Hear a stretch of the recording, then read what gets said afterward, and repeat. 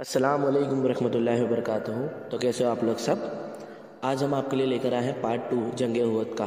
اگر ابھی تک آپ نے پارٹ 1 نہیں دیکھا ہے تو لنک ڈسکرپشن میں دی گئی ہے، وہاں جا کے آپ پارٹ 1 دیکھ سکتے ہو۔ چلیے پاک نام اللہ کا لے کر اس ویڈیو کی شروعات کرتے ہیں۔ بسم اللہ الرحمن الرحیم۔ طلحہ کے بعد اس کا بھائی عثمان بن ابو طلحہ رض کے یہ شعر پڑھتے ہوا حملہ ہوا کہ علم بردار کا فرض ہے کہ نیزے کا خون میں رنگ دے یا وہ کٹ کر ٹوٹ جائے۔ حضرت حمزہ رضی اللہ تعالیٰ عنہ اس کے مقابلے کے لیے تلوار لے کر نکلے اور اس کے سان پر ایسا بھرپور ہاتھ مارا کہ تلوار ریڑھ کی ہڈی کو کاٹتی ہوئی کمر تک پہنچ گئی، اور آپ کے منہ سے یہ نعرہ نکلا کہ میں حاجیوں سے سیراب کرنے والا عبد المطلب کا بیٹا ہوں۔ اس کے بعد عام جنگ شروع ہو گئی اور میدان جنگ میں کچھ تو خون کا بازار گرم ہو گیا۔ حضور اقدس صلی اللہ تعالیٰ علیہ وسلم کے دستے مبارک میں ایک تلوار تھی جس پر یہ شعر کندہ تھا کہ بزدلی میں شرم ہے اور آگے بڑھ کر لڑنے میں عزت ہے، اور آدمی بزدلی کر کے تقدیر سے نہیں بچ سکا۔ حضور صلی اللہ تعالیٰ علیہ وسلم نے فرمایا کہ کون ہے جو اس تلوار کو لے کر اس کا حق ادا کرے؟ یہ سن کر بہت سے لوگ اس سعادت کے لیے لپکے، مگر یہ فخر و شرف حضرت ابو دجانہ رضی اللہ تعالیٰ عنہ کے نصیب میں تھا کہ تاجدار دو عالم صلی اللہ تعالیٰ علیہ وسلم نے اپنی یہ تلوار اپنے ہاتھ سے حضرت ابو دجانہ رضی اللہ تعالیٰ عنہ کے ہاتھ میں دے دی۔ وہ یہ اعزاز پا کر جوش مسرت میں مست و بے خود ہو گئے اور عرض کیا کہ یا رسول اللہ صلی اللہ تعالیٰ علیہ وسلم، اس تلوار کا کیا حق ہے؟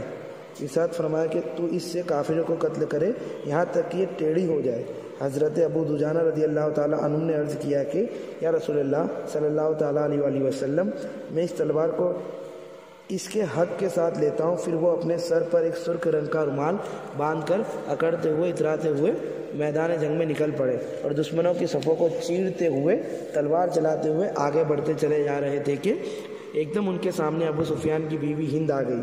حضرت ابو دجانہ رضی اللہ تعالیٰ عنہ نے ارادہ کیا کہ اس پر تلوار چلا دے، مگر پھر اس خیال سے تلوار ہٹا لی کہ رسول اللہ صلی اللہ تعالیٰ علیہ وسلم کی مقدس تلوار کے لیے جیب نہیں دیتا کہ وہ کسی عورت کا سر کاٹے۔ حضرت ابو دجانہ رضی اللہ تعالیٰ عنہ کی طرح حضرت حمزہ اور حضرت علی رضی اللہ تعالیٰ عنہ بھی دشمنوں کی صفوں میں گھس گئے اور کفار کا قتل عام شروع کر دیا۔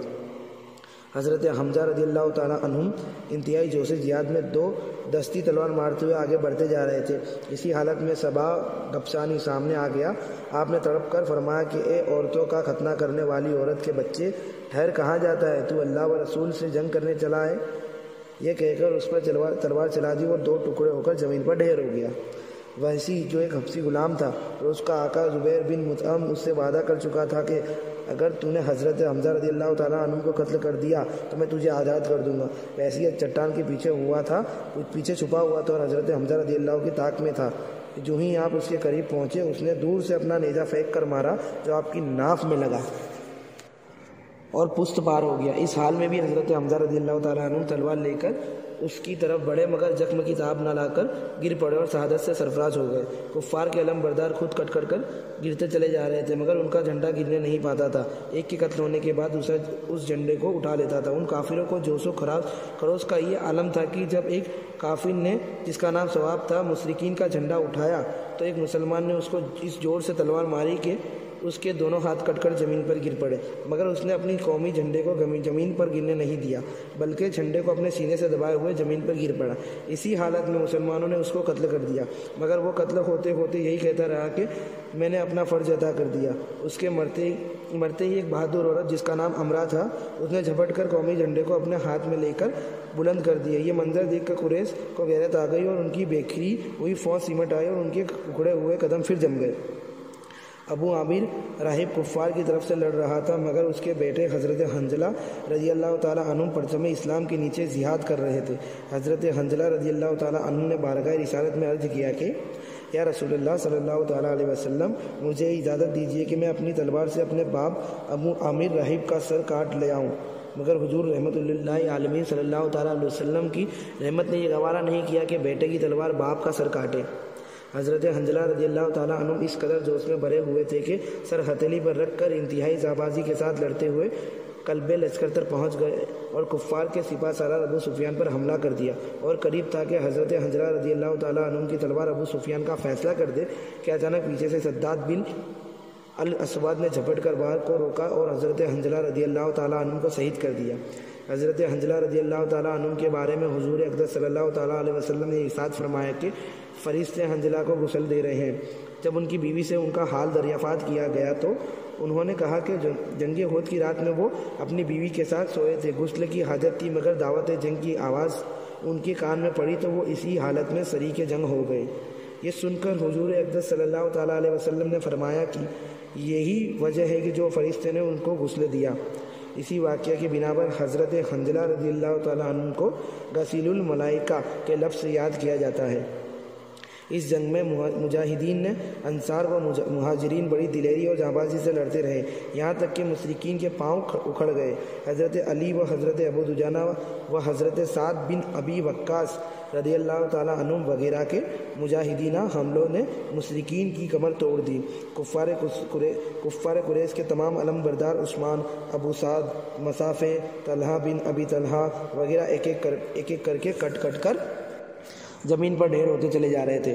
کفار کو شکست ہو گئی اور وہ بھاگنے لگے، اور ان کی عورتیں جو اسرار پڑھ کر لشکر کفار کو جوش دلا رہی تھی وہ بھی بدحوثی کے عالم میں اپنے اوزار اٹھائے ہوئے برہنہ ساکھ بھاگتی ہوئی پہاڑوں پر دوڑتی ہوئی چلی جا رہی تھی اور مسلمانوں کو قتل و غارت میں مشغول تھے۔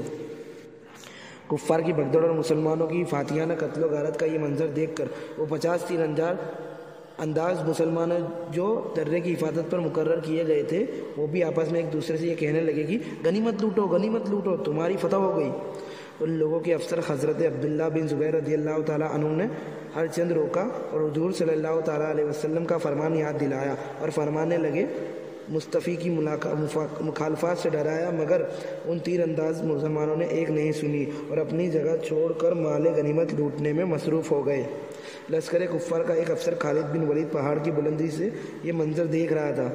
جب اس نے دیکھا کہ درہ پہرے داروں سے خالی ہو گیا ہے، فوراً ہی اس نے درے کے راستے سے فوج لا کر مسلمانوں کے پیچھے سے حملہ کر دیا۔ حضرت عبداللہ بن زبیر رضی اللہ تعالیٰ عنہ نے چند آبادوں کے ساتھ انتہائی دلیرانہ مقابلہ کیا، مگر یہ سب کے سب شہید ہو گئے۔ اب کیا تھا، کافروں کی فوج کے لیے راستہ صاف ہو گیا۔ خالد بن ولید نے زبردست حملہ کر دیا۔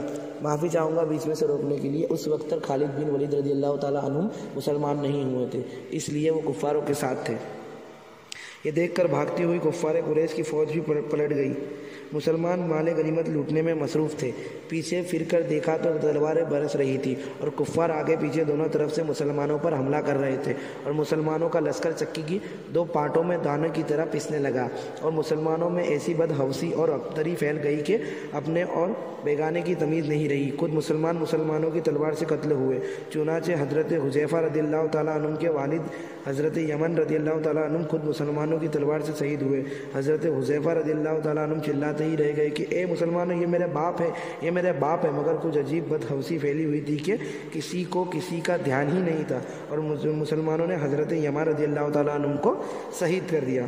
پھر بڑا غضب یہ ہوا کہ لشکر اسلام کے علم بردار حضرت مصعب بن عمیر رضی اللہ تعالیٰ عنہ پر ابن کمیہ کافی جھپٹا اور ان کے دائیں ہاتھ پر اس زور سے تلوار چلا دی کہ ان کا دایاں ہاتھ کٹ کر گر پڑا۔ اس جانباز مہاجر نے جھپٹ کر اسلامی جھنڈے کو بائیں ہاتھ سے سنبھالا، مگر ابن کمیہ نے تلوار مار کر ان کے بائیں ہاتھ کو بھی شہید کر دیا۔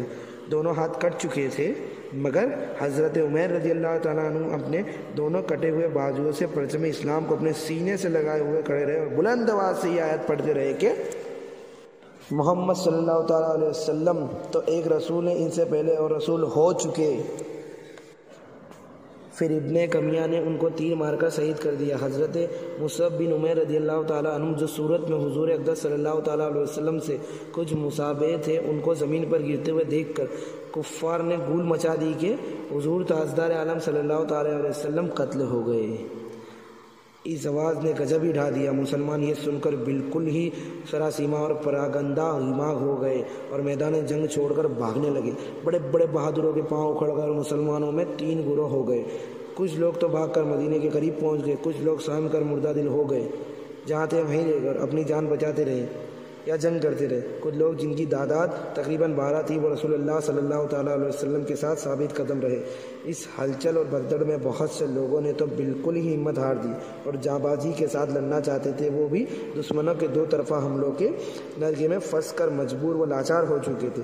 تاجدار دو عالم صلی اللہ تعالیٰ علیہ وسلم کہاں ہیں اور کس حال میں ہے، کسی کو اس کی خبر نہیں تھی۔ حضرت علی شیر خدا رضی اللہ تعالیٰ عنہ تلوار چلاتے رہے اور دشمنوں کی صفوں کو درہم برہم کرتے چلتے جاتے رہے، مگر وہ ہر طرف مڑ مڑ کر رسول اللہ صلی اللہ تعالیٰ علیہ وسلم کو دیکھتے، مگر جمال نبوت نظر نہ آنے سے وہ انتہائی طلب سے بیقراری کے ساتھ ان کو دیکھنے کے طلبگار تھے۔ حضرت انس رضی اللہ تعالیٰ عنہ کے چچا حضرت انس بن نضر رضی اللہ تعالیٰ عنہ لڑتے لڑتے میدان جنگ سے بھی کچھ آگے نکل پڑے۔ وہاں جا کر دیکھا کہ کچھ مسلمانوں نے مایوس ہو کر ہتھیار پھینک دیے ہیں۔ حضرت انس بن نضر رضی اللہ تعالیٰ عنہ نے پوچھا کہ تم لوگ یہاں بیٹھے کیا کر رہے ہو؟ لوگوں نے جواب دیا کہ اب ہم لڑ کر کیا کریں گے، جن کے لیے لڑتے تھے وہ تو شہید ہو گئے۔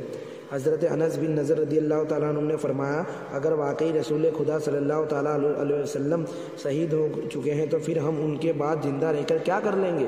چلو ہم بھی اس میدان میں شہید ہو کر حضور صلی اللہ تعالیٰ علیہ وسلم کے پاس پہنچ جائیں۔ یہ کہہ کر آپ دشمنوں کے لشکر میں لڑتے ہوئے گھس گئے اور آخری دم تک انتہائی جوش و جہاد اور زابادی کے ساتھ جنگ کرتے رہے، یہاں تک کہ شہید ہو گئے۔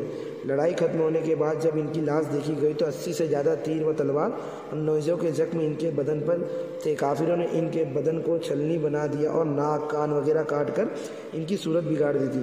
کوئی شخص ان کی لاش کو پہچان نہ سکا، صرف ان کی بہن نے ان کی انگلیوں کو دیکھ کر ان کی لاش کو پہچانا۔